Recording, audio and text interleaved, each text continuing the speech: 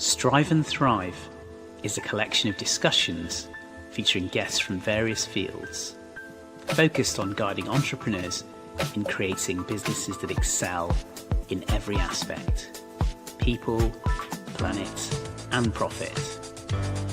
Throughout the series, you can join us, Romesh and Mike, as we explore relevant topics with our guests which can help businesses thrive.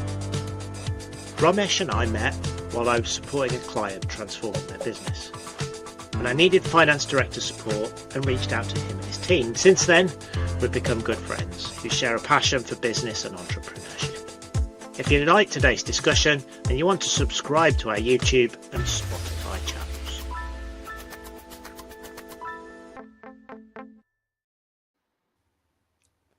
Hello. Hi, everyone, and welcome to our latest episode with the one and only Lisa Robyn Wood. So Lisa is a middle manager, coach and trainer, and has also run other businesses. I've known Lisa for a number of years. We're really good friends. She was part of my networking group, and just to warn you, she's a big character with strong, clear views on how to support people in business. There you go, Lisa. How about that for an intro? Oh, thanks, Raj. I think it's so accurate as well. Big character. Yeah, I've definitely had that before. Possibly not in a complimentary sense, but we'll probably come back to that at some stage as we talk about my background and why I do what I do now. Absolutely. But this was obviously meant in a complimentary way, and we're very pleased to have you on board. So, Lisa, welcome. Please do tell us about your career journey to date. Yeah, so I started my career in the utility sector. So I was one of those typical graduates who kind of fell out of university having had a blast and then sort of scrambled around going, oh God, what am I actually going to do with this degree I've earned? And found myself working for British Gas, who I ended up staying with for a number of years. I absolutely loved the environment that they provided. Very much a sort of fast-moving, quite vibrant, quite probably typical corporate space, but I particularly liked that about it. And I still do love the corporate space. But I very much now tend to support small businesses and entrepreneurs with a bit of corporate on the side. But I came through into coaching sort of later in my career, and it was to do with the fact that I myself was starting to suffer with some feelings of self-doubt and a real lack of confidence. Now, I know that probably comes across as quite surprising to you now, especially if you know me as I am today, Romesh. I am a very confident person, but I think from a professional sense, that isn't always consistent for me. And I definitely had a crisis of confidence. This was probably 2014 when I was in a senior middle management role at British Gas. And at the time, it was a very isolating, quite scary experience. I had organically grown, I would say, into my leadership at that stage and was now leading a team of leaders and feeling very much out of my depth and not really knowing how I could support them in the most authentic and effective way. And this situation sort of continued for a number of months. And just, as I said, like my self-belief really started to erode. And I think now we would refer to that as an element of imposter phenomenon, which is the language we tend to use. But at the time, that wasn't available. So really at the time, I just thought I was rubbish, to be quite honest, and had thoughts of exiting the company, going off to find something else. But the challenge I had was I didn't really know what else I could do. And because my confidence was so low, I wasn't going to really back myself in those environments. I wasn't going to back myself in an interview because I didn't believe I could do anything else. So I came across coaching at that stage, and it was an intervention that I personally invested in. I went and sought it outside of the organisation. And it's such a cliched word. It gets used loads in coaching and by coaches, and I absolutely hate it, but I haven't got anything else to use. It was transformational. And one of the realizations I had was this is the language of leadership. This is what truly empowering people means and is about. This is how you actually do that. And so I decided that I wanted to invest in my personal development and qualified to be a professional coach and add it to my leadership toolkit. And that was whilst you were still in so that was while I was still in that corporate environment, and that actually enabled me to reconnect with my confidence and my capabilities, and it actually is what enabled me to continue to thrive in British Gas and in the energy sector. From then on in, I absolutely loved my leadership roles, and roles plural, because I went on to challenge myself outside of the sector and went to work for Lucas Ribena for a couple of years. But you're telling you're telling a very personal sorry, story there. No, it's fine. You're telling a very personal story there, Lisa, but this is common, right? The one thing that's interesting from what you're saying, although you're talking about your own personal experience and background, this is the number of people who find themselves in those middle management positions, promotion and up, and then suddenly find themselves in such an uncomfortable situation is quite common.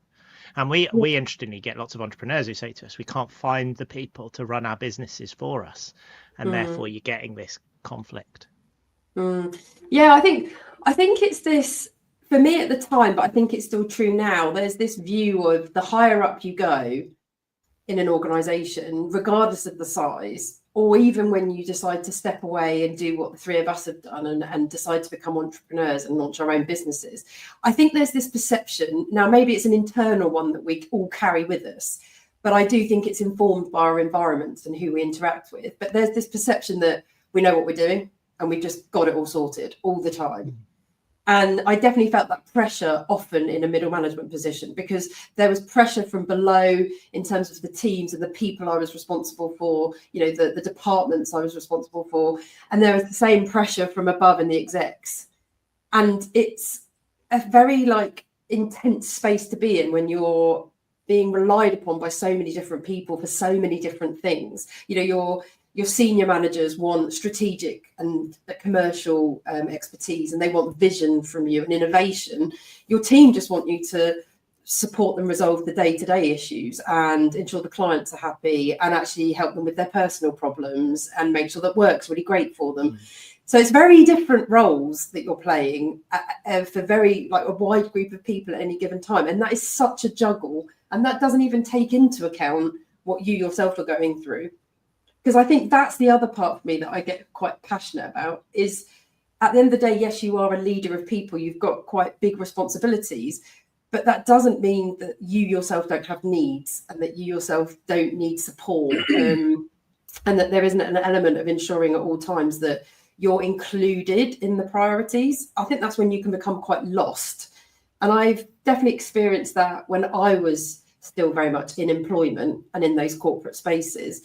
And it's still what I see with clients that I work with today, whether it's those in middle management roles in corporates or, senior leaders in SMEs who sit reporting into founders, or even founders. It's still this element of what about me? And I think some of us just really struggle with that notion of prioritizing ourselves and it being okay, because it absolutely is. We are allowed to care for ourselves and we're allowed to enjoy what we do. And that's fundamentally what I talk about, because my tag. Sorry. Do you think big organisations are missing the productivity opportunity by supporting the middle managers? And because there is a lot of support for new entrants, there is a lot of support, as you've talked to me previously about, execs. But what about middle managers are often the heart of the organisation, really. And do you think that's a missed opportunity for some of these corporates and the SMEs who are growing people into middle management roles and assuming they can just take on that magic extra responsibility without the kind of support required? Yeah, no, I absolutely do. I think there's too much. I hear it too often, and I think it's really lazy, actually. I think there's too much finger pointing and blame going on towards that middle layer, that they're ineffective and incapable and not the right fit. But I think often I challenge that with, well, what do you understand in respect of what's going on for that person? What do you believe they need? It's so often the case that people are assuming what's going on without actually asking the questions, and they're just very quick to make a judgment. And I don't think enough is done to actually properly spend time with that group of individuals and explore. And I think encourage them to open up and actually even share what they want, what they could be challenged by, what the problems are, and enable them to realise being that vulnerable and showing that kind of element of themselves is okay. So yeah, Lisa, I generally to kind of row back, so you really describe nicely the different kind of roles that a middle manager has, pointing downwards but also pointing upwards. Do you think the pressures from both sides feel the same, pressure from above and pressure from below? Is that kind of, are those two equivalent pressures, or are they different in some ways? I think they can be equivalent in terms of how they feel, in terms of the heaviness, like the weight, but they are different in terms of what types of pressure they're producing. But I still think there's probably a concurrent theme of having the answer. I think that's true. Like being able to solve everything or know everything. I think there is an element of that that's quite similar, but it's obviously coming from slightly different angles, isn't it? From a senior to a junior. I think that's a really good insight. It is, because when find yourself in those positions, you think, right, I'm in charge now. I need to know the answers, and it's getting over that curve of going, actually, you don't need to know the answers. You have a team who can help you, and you're designed to support them, and you've got leaders who will help on direction. You're facilitating that between two parts of the organization. And I think that's a very different paradigm, because as people grow up, you grow from an expert position, don't you, through our education system into your first roles. And then suddenly you're going, oh, I'm no longer the brightest person in the room who understands what to do, and I've got to rely on other people. I think that's hard. Yeah, I think it's really hard. I think it really challenges people's identity of themselves. And I think that's why people find it so difficult. But I think when you get comfortable with the idea that you don't know everything, and that's okay, just like you don't have to be good at everything, and that's also okay. I think it's so freeing. I know I've been in that space where I was like, I remember I had a role once, which to be honest was just not suited to me. But I used to say yes to everything, and I saw every challenge as an opportunity. But this particular role was a very technical role, very process driven. It needed technical experience and expertise, and I just didn't have it. And I tried to make this role work for me for about 12 months. And it just wore me out. I was exhausted. And it was only until, I think it was through my coaching actually, that my coach said, you do know that it's okay to not be good at that. That actually you've already delivered and grown in your career like 10 plus years and demonstrated your commitment to growth. And surely now it's time to give yourself permission to just do the things you really enjoy and are really good at. Is that not okay? And I was like, oh my God, yeah. Why would I continue to push myself to do stuff I don't even like and I'm not any good at when I could do the opposite? But I had a lot of guilt associated with doing things I enjoyed because it felt too easy. And I had this like relationship with success, that success only came through doing hard things. That's really insightful, right? Yeah, I really identify with that. I'm sure you do as well, Mike, right? You kind of challenge yourself to overcome hard stuff and stuff that's naturally hard for you. But yeah, success. You've had a corporate role, Romesh. Have you ever been in a position like Lisa where you've found yourself out your depth and you've had to suddenly adapt your style, approach? Oh, definitely. Yeah. I think in a corporate environment, you're kind of expected, especially as you move up the levels, if you like. You're expected to behave in certain ways, and in some ways, subscribe to a more kind of generic persona, whereas I think at the end of the day, we're all individuals, aren't we? We're all people. We've all got our way of doing things, and what I believe in is kind of gravitas for one person. Authority isn't necessarily the same for another person, right? So I think you can gain and command respect from people you're managing in different ways, and there are different approaches to that, and also nuances in personality which make that quite wide ranging. And in bigger organizations, that's more difficult to kind of explore. So yeah, how about you, Mike? Have you ever worked in a large organisation? Yeah, I've worked in government and in a large defence prime. So yeah, I've had those big corporate jobs, and I've I was saying to Lisa before this, I worked in the NHS and I moved across into the NHS. And my first 6 months, I would say I didn't know what I was doing. I'd come from a job where I was the expert, and then suddenly I'm the new person who doesn't know what's going on. I don't know the organization, I don't know their terms, I don't know their acronyms, I don't know how to do what they're doing. And you do stumble through. And I learned a lot about delegation management, different styles, and sort of find out who you are as a person at that point and what management looks like. But I think you either got that inclination or you need help to find that way of being able to adapt. Otherwise, people fail. And people say everyone's a bad man. You see some amazing technical people who get promoted, and you're like, they're really struggling. And you're like, is the answer to keep them technical, or is the answer to help them manage? Either way, you've got to help them. Yeah. I totally agree. And I think that's what I don't see enough of. There's too much quick succession for people without actually first qualifying it's what they want, that it is the right move for them. It is quite lazy, I think, in organisations still, that the only way to be promoted in the traditional sense is to go up a ladder, because that's how organisations are quite typically still structured, very hierarchical. But it's not really exploring, is this what's good for the person? Is this going to really utilise their strength? Is this how they want to be challenged? Is how they want to grow? What support do we need to put in place to ensure that they succeed on the other side of that? It's just too like throw them in and see what happens. Because again, organisations I've often worked in has been, we need to see you demonstrating that you're adaptable and resilient. So off you go. And then if you fail, you're just critiqued for it, rather than exploring what happened here and what did we miss and what should we have done differently and how could we have supported that person. Because again, I think it's just that expectation of management. The test is being resilient and adaptable, and all best leaders do it in exactly the same way. And it's interesting what you said, Romesh, about that,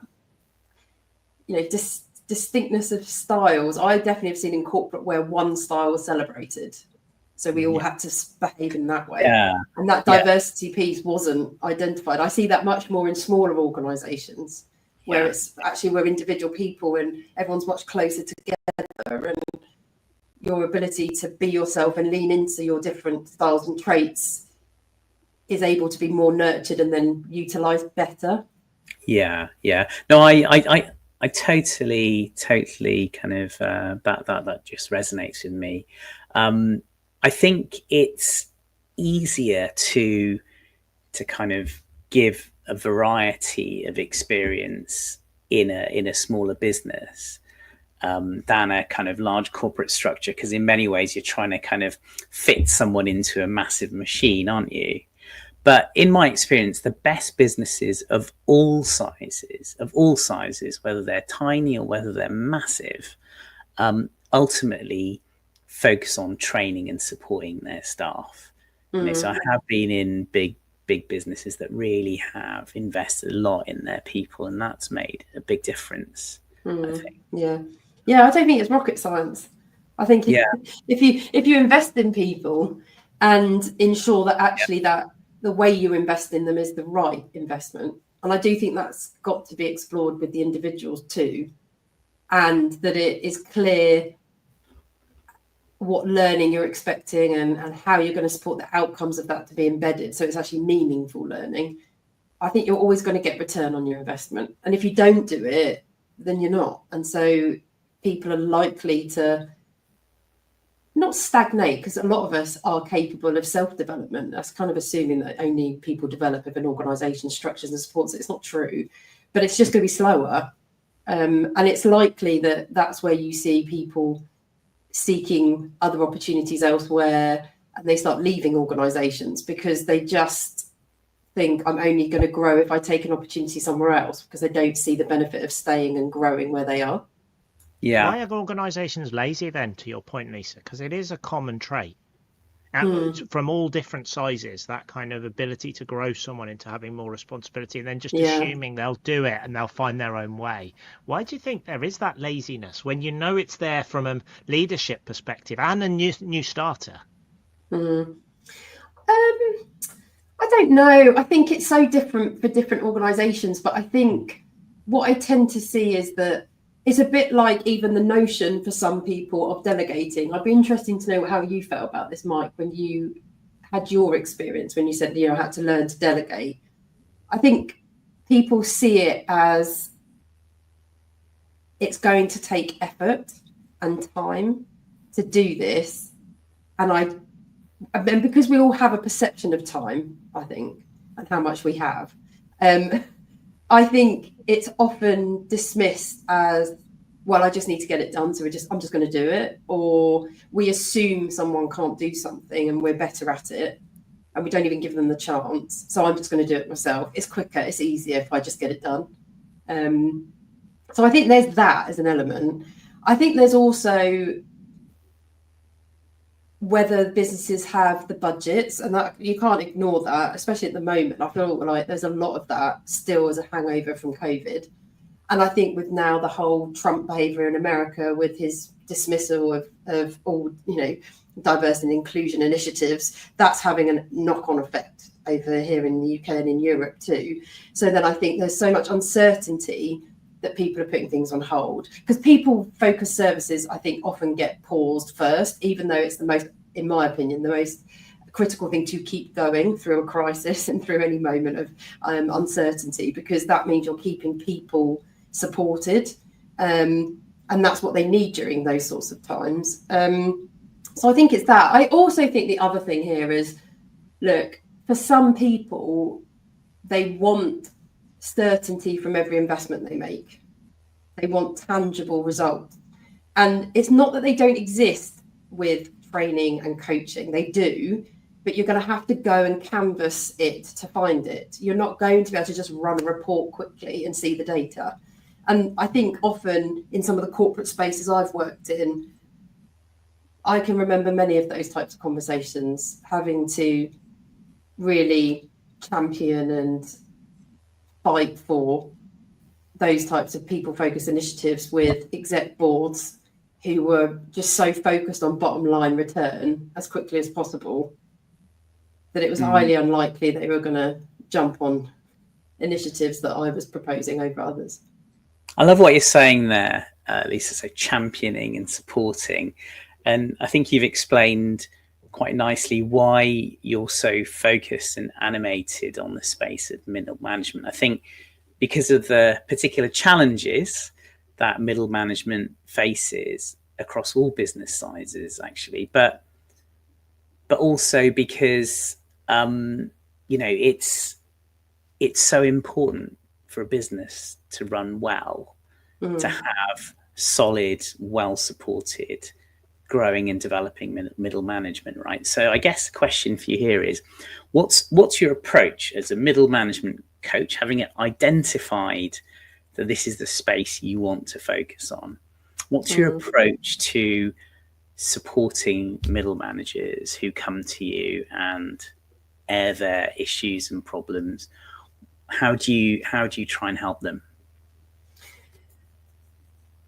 I always focus on the self and the individual first, beyond anything else.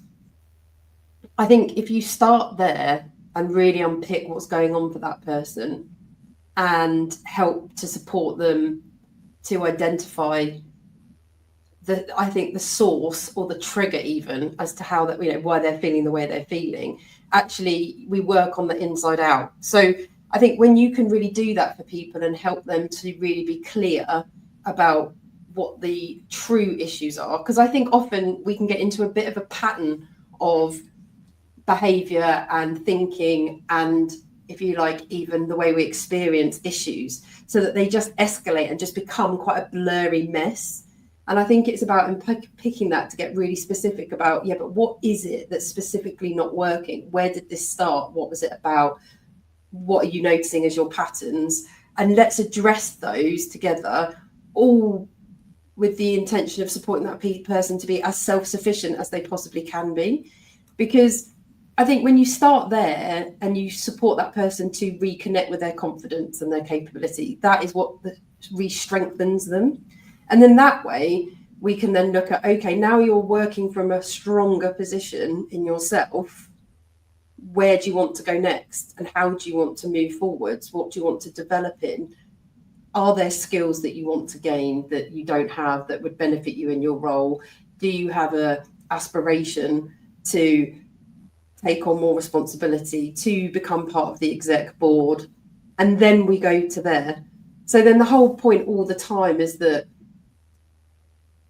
we support that person to be as strong as they can be, because that's what I think lifts and elevates everything else. So like, my mantra is being a manager shouldn't be shit. That's what I talk about all the time, because I think too often people find management at any level, whether you're a founder, because I still classify you as a leader, but at any level, just really bloody hard. But I don't think it has to be. So it is about ensuring that person is really clear about how they can do their job as best as they can as their best selves, and then get all the enjoyment that then comes from that. Because being in those types of roles is such a privilege and can be so fulfilling and so satisfying when they're operating well for us. Do you think there's more the opposite otherwise? Do you think there's more of a systemic problem here around it? Because obviously you're tackling the symptom, right? Which is individuals who are in middle management roles, new management positions. Do you think there's more sort of fundamental changes that leaders and organizations can consider, with coaching being one of them? Yeah, absolutely. So I think often I can be working with an individual in an organization, and what you're describing is what the challenge can be, where they're bringing issues to the sessions with me that are actually more to do fundamentally with the culture of an organization. And in those circumstances, if I'm only being tasked to work with the individual, that's the only space I can support. You're working within the constraints, right? Exactly. Now, I always encourage people to remember that at the end of the day, they have so many more options and choices available to them than perhaps they're feeling like at that time. It's a whole fact check. Like, let's get this clear about what is actually within your control to change or to influence. It's possibly more than you think. But when I work with an organization and a business, that's more where I can support with, and have done, support the MDs or the directors of those organizations to actually look at how are they structured, how are they operating, how is their leadership team operating beneath them, what are the challenges, what are the gaps, what are the opportunities. And then we look more at some of the fundamental core skills of leading people and leading people in successful environments, because that's when it's looking at, okay, how clear are you being about what you want to deliver through this business, not just this year, but the ongoing future of it. And I'm not someone who works in 10 years time sort of in timescales. I'm much more near term. Now, that's my preference, because that to me is more tangible, more real.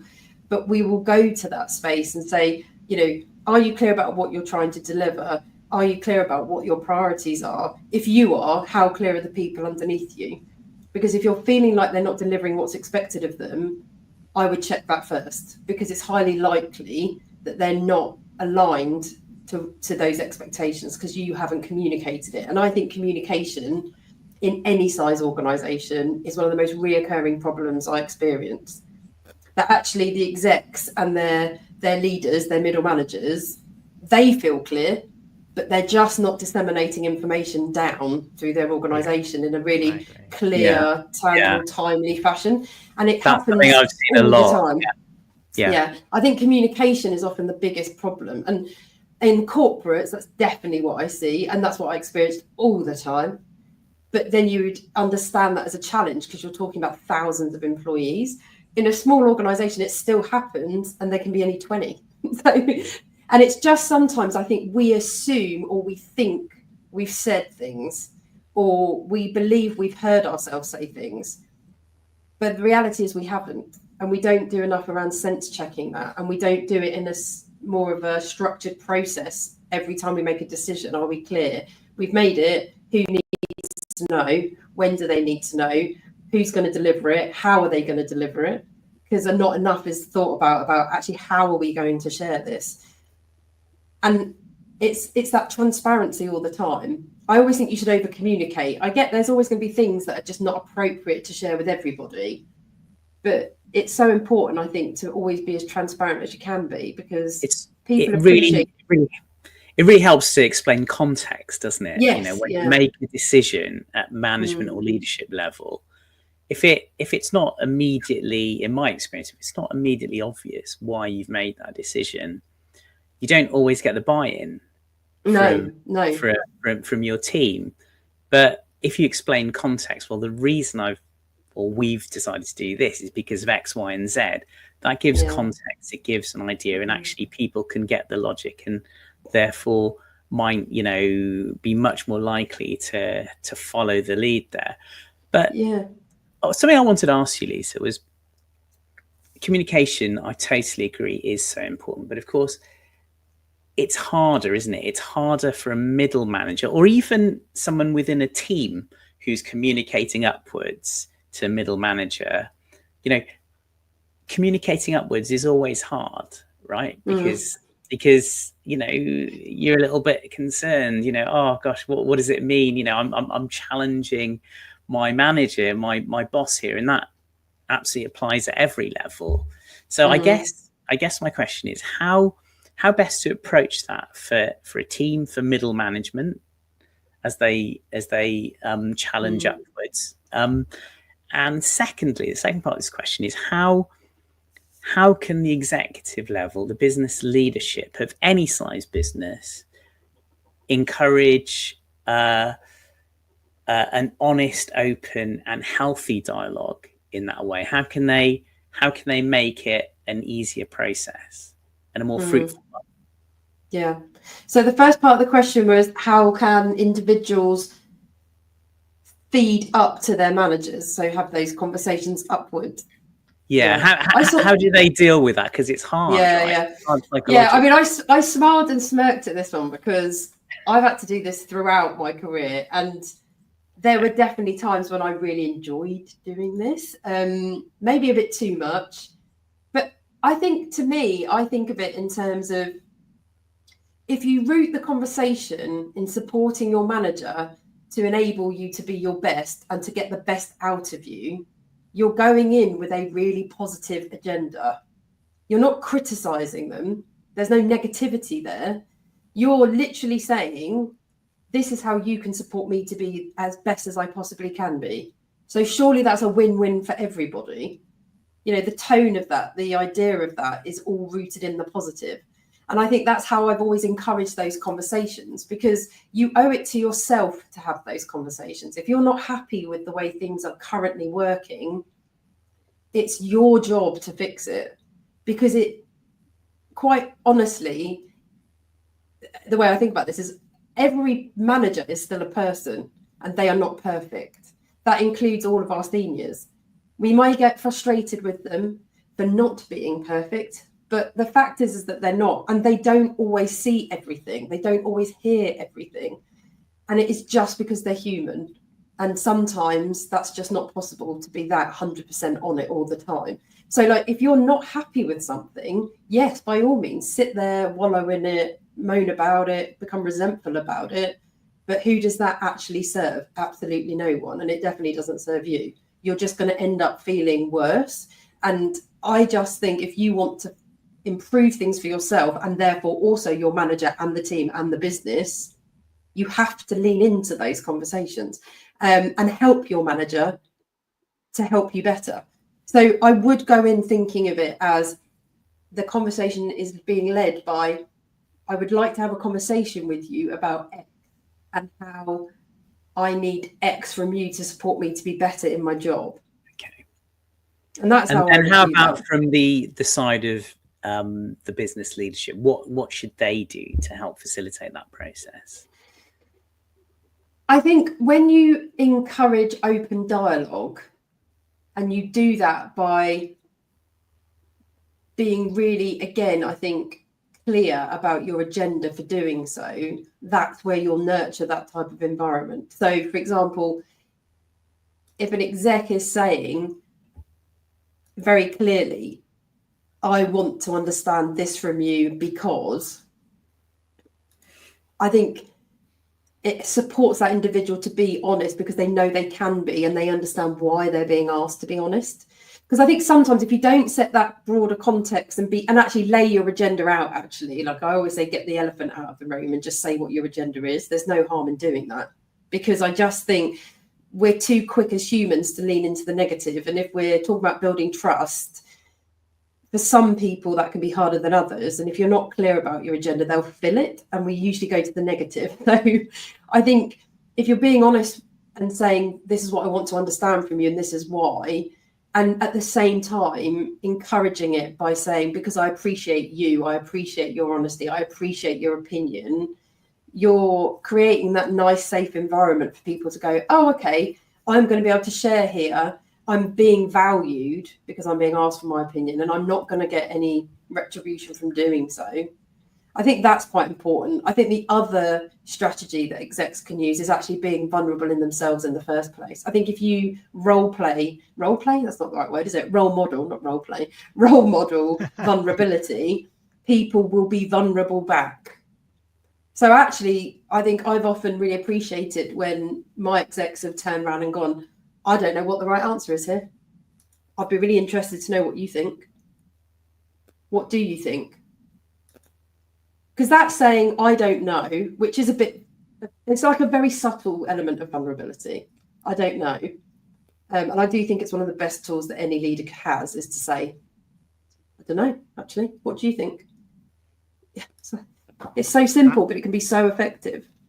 I think what you're talking about is what the skills that nearly everybody in an organization should be learning. And you've picked up the fact that middle managers hold a very interesting pivot point in an organization around communication and distribution of information, and almost without that is the core role of a middle manager, to get that shared information and distribute it and understand how to do that in an effective way to maintain the organization's momentum. And I think that's interesting. The other question I'm going to turn the conversation slightly.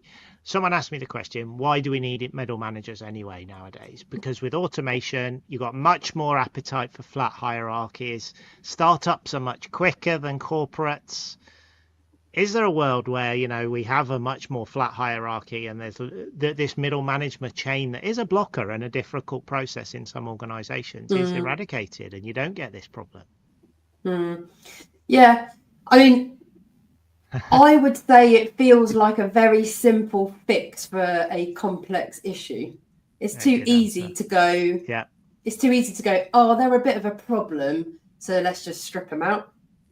I don't think it addresses what the true issue is, which actually, you could take them out by all means, but ultimately what you're still left with the seniors of an organization needing to drive the pool of employees that they have, and it's how they are able to interact and engage with them as effectively as possible. Now, in a small organization, that can be a little bit easier. However, I would still argue you need a conduit in the middle, because as a leader of an organization, whether you're an exec or a CEO or the founder, your role to drive the business forwards, what's required of you is quite different from the day to day. Yeah, I think if you're not careful, I think you end up where you're literally like, you're going to stretch yourself so thin and juggle so many things that actually you're going to stagnate anyway. I would say if it's not working for you right now in that middle management layer, you've got to lean into it and identify what's going on here. Have we got the right people? If I have got the right people, what do they need? What are they missing? And have those conversations. Yes, it does come back to communication. But be curious, because I don't believe anyone turns up to work every day going, I'm going to be shit today. I'm going to do a really crap job. That's my intention. I'm going to be an arse. No one does that. No one does that. If someone's not behaving as you need them to be, or not delivering, you've got to work out what's going on, because there'll be lots going on there. That's a really interesting challenge, Lisa. Really interesting. I loved your answer to that. I thought it was really insightful because you've hit on something there, haven't you? There is a tendency to oversimplify things, isn't there? With a solution, particularly in the tech world. Hey, there's a tech solution for that, where actually I think it kind of disregards the fact the world is a layered, complex place. And of course, tech and other tools and systems and processes can massively make a difference, but you do need ultimately to have those core skills that you've talked about, communication, team alignment, to get everything in the right place to drive the business forward. I really like that. Thanks. No pleasure. And I think, look, I'm a big advocate for AI and tech, and I think there's a lot of opportunity for them to strip out the noise in organizations that actually distract leaders from actually just doing what I think is the core of their role, which is that people element.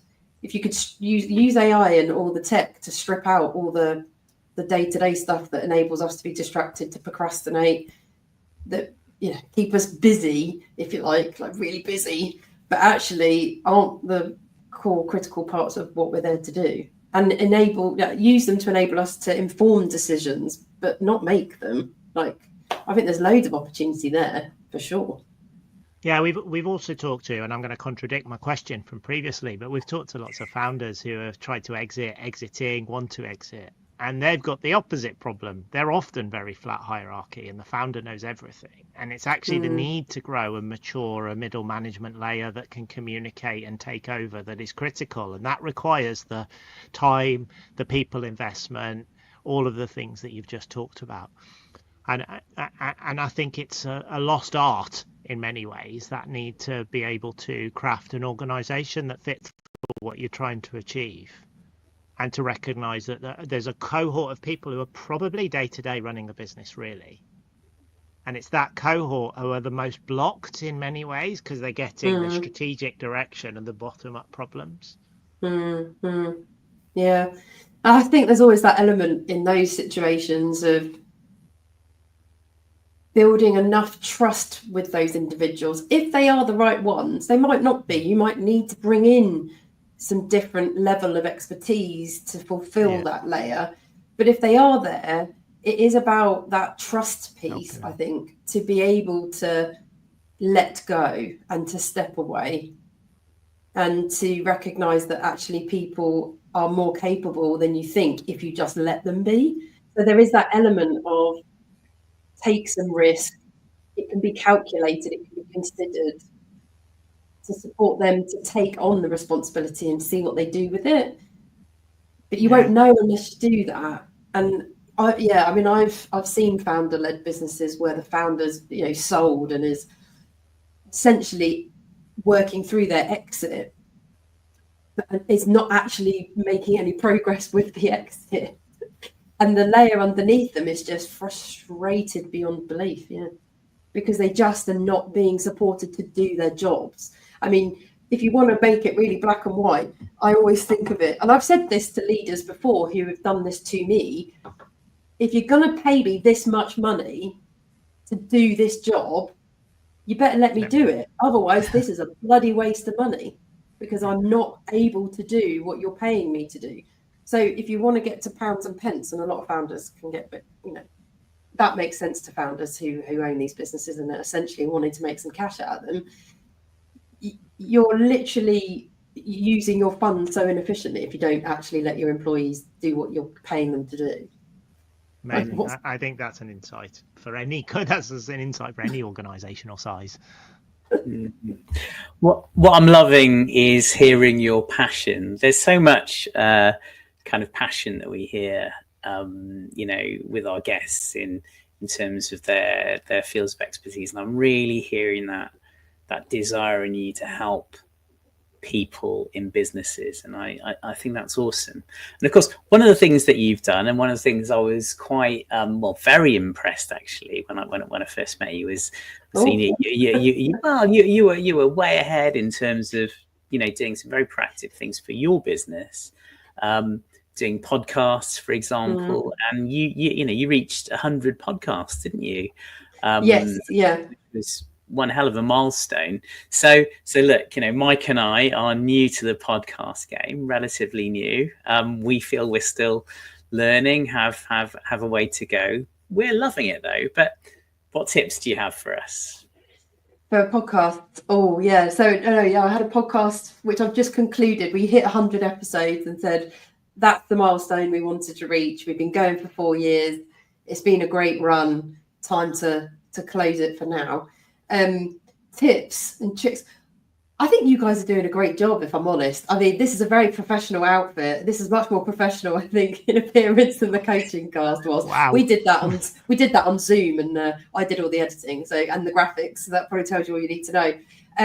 But I think the core of any decent podcast is for me, and it's based on what I want to listen to as well, is authentic conversations. I love real, authentic conversations with real people that are talking about topics that I believe the audience I'm speaking to are interested in.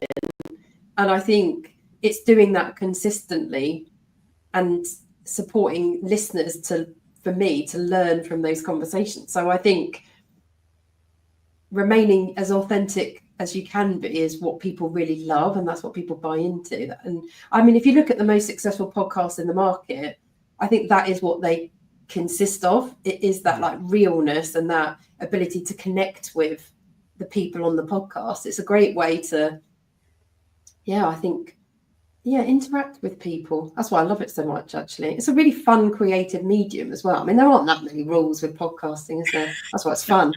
Yeah.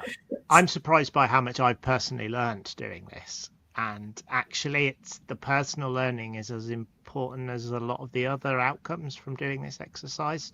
You know, to think about middle management with yourself, to think about AI, to think about all these different things that we just, in truth, don't have time to do. And this is a really interesting way of doing that. And if this shared learning can be gained by other people, that's fascinating.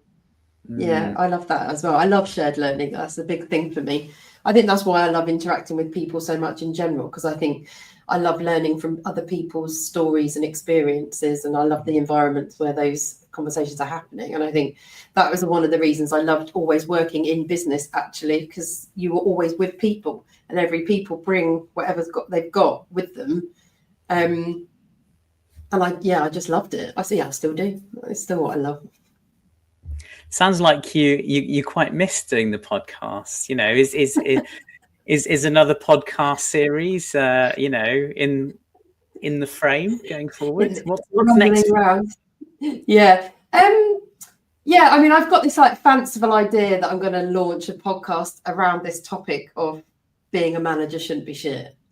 I haven't scoped it out enough yet, but I feel like there's something in it. And it is about that shared learning piece again of enabling people to have a space where they can come with their stories of actually when they themselves have acknowledged that they've not done a good job leading and managing people, where potentially they may have actually just been a bit shit, but they learnt from it and they have taken those learnings to, help them refine how they now lead people. And it's that combination of, let me share with you some things that went wrong and what I did differently so you can learn from that and hopefully avoid making those mistakes going forward. But it's also that space where people can be vulnerable and learn from being vulnerable. I am a massive advocate for vulnerability. I think, clearly we can only be vulnerable if we are already feeling safe and secure in ourselves and in our environments. Like, vulnerability is not a privilege for everybody. Some people sadly are not in that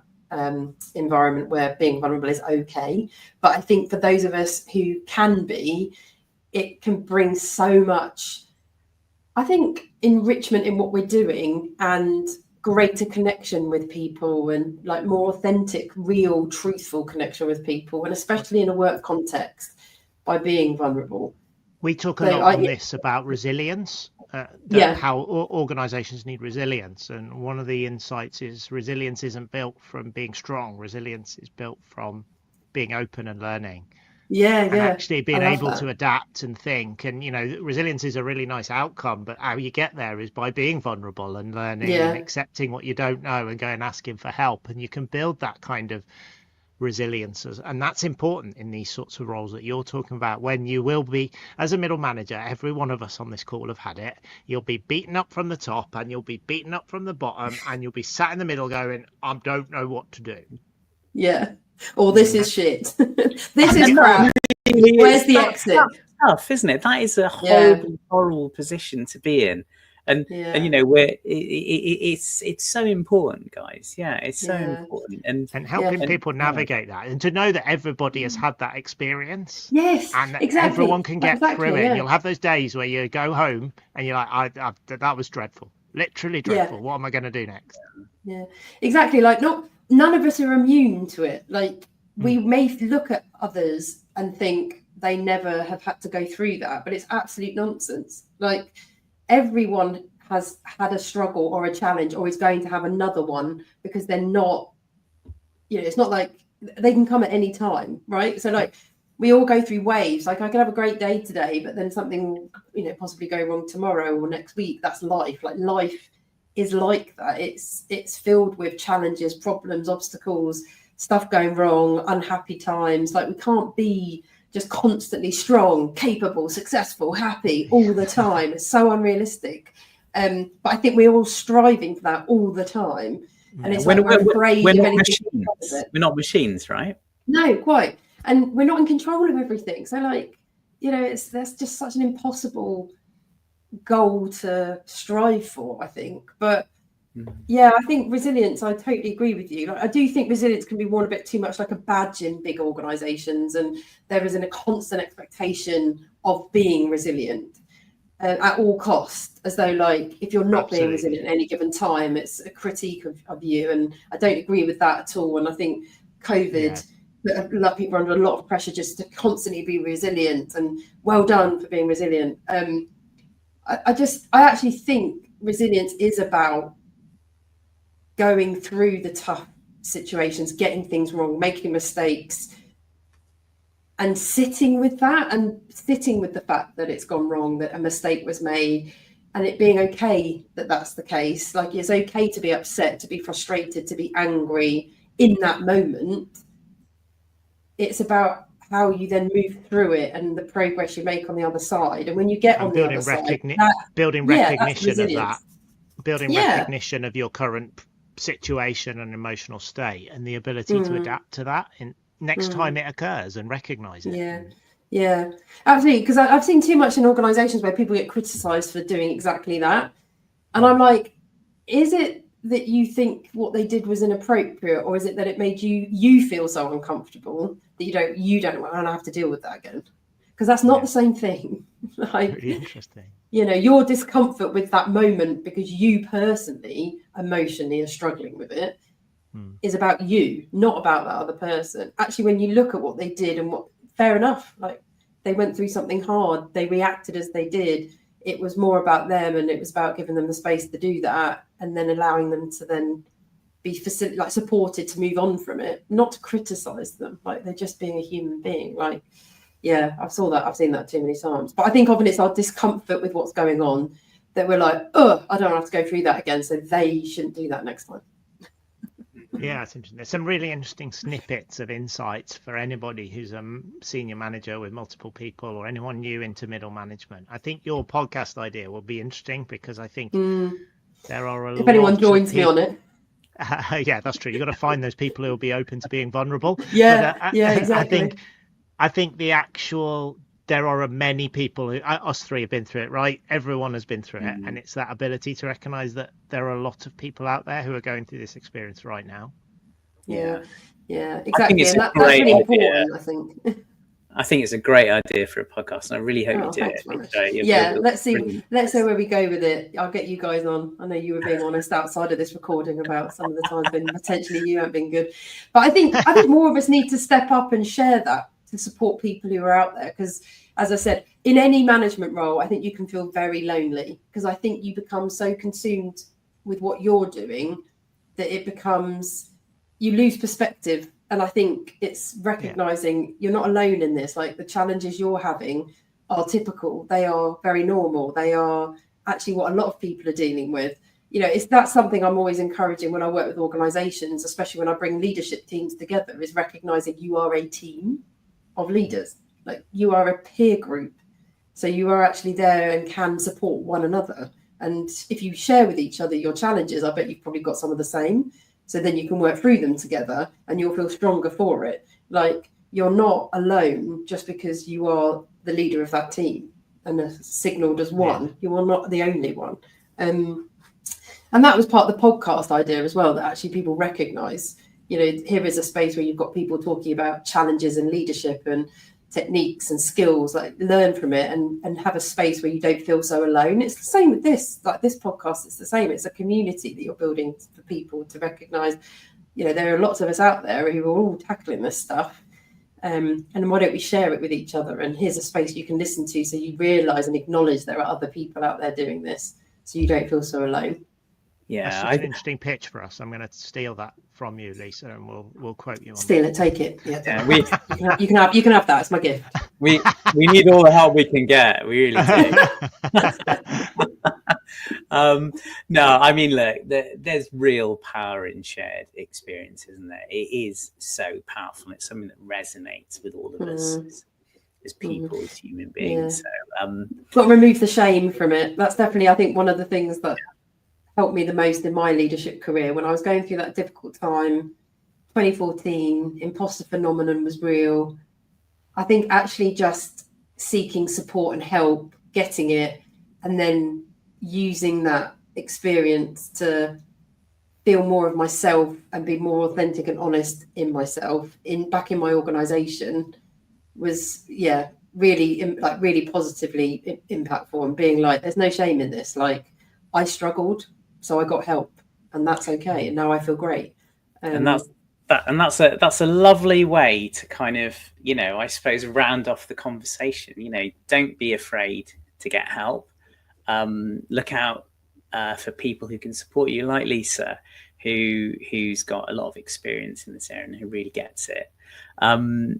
Lisa, what a fantastic guest you've been. I've really enjoyed the conversation. My takeaways are, and thank you for spotlighting this particular area, because it's so important. The importance of middle management in any size of business, startup, scale up, SME, large corporation.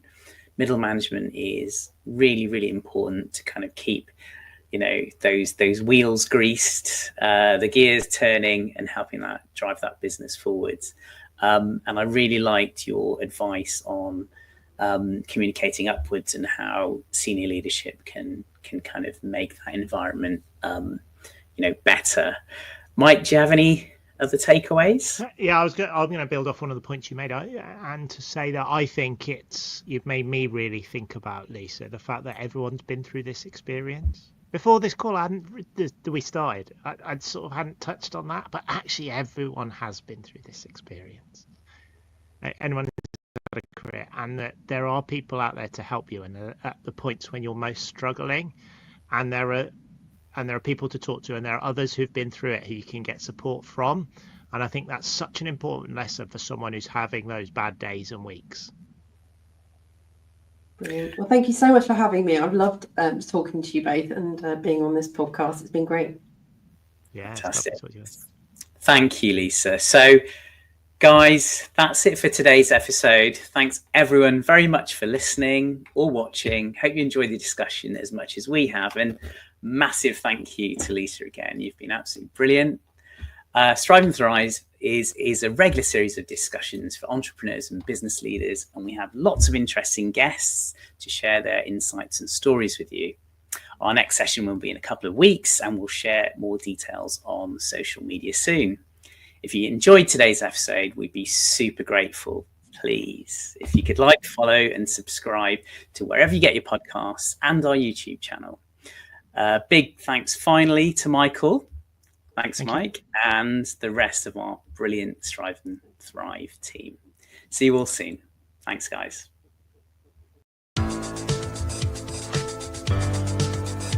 Thank you for listening to Strive and Thrive.